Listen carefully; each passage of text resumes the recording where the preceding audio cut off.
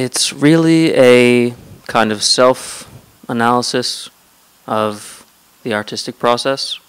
For me, it was very much 2 years of being in my studio and really only focusing on the creative process and nothing else. So naturally, what I was writing about was just that. And the title, My Art of Almost, comes from that very process of writing, making something, putting it out in the world, seeing it kind of fail, and then doing it all over again. There's a track on there called Brighter in the Past, which is really, it's a deeper cut, but I think it's kind of a sign of where things are going to go for me.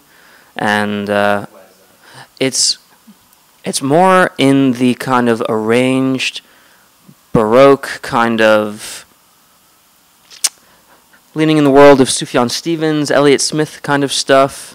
It's, I wrote it as just cello, flute, and clarinet and voice to begin with, and thought it was just going to be this kind of experimental thing, and then it turned out to be just a pop song. Wouldn't describe my sound, but if I had to, it is really the result of growing up listening to only classical music in the household and not really knowing about the world of pop, and then being 10 years old in 1999, the peak of the music industry, when TRL was beamed into my head, and all of a sudden the world of major label pop artists was everything to me. So I somehow fall in between very strict musical education and the biggest pop of all time, I think.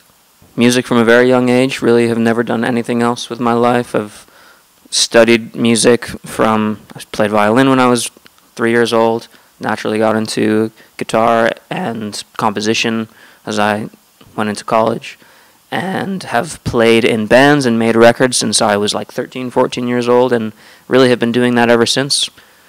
And I will never stop.